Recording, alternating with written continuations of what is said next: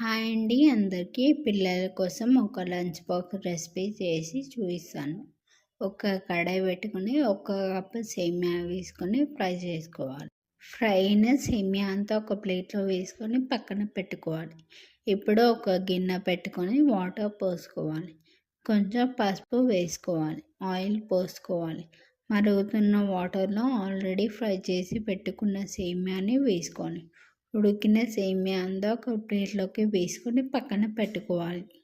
ఇప్పుడు ఒక కడాయి పెట్టుకొని ఆయిల్ పోసుకోవాలి.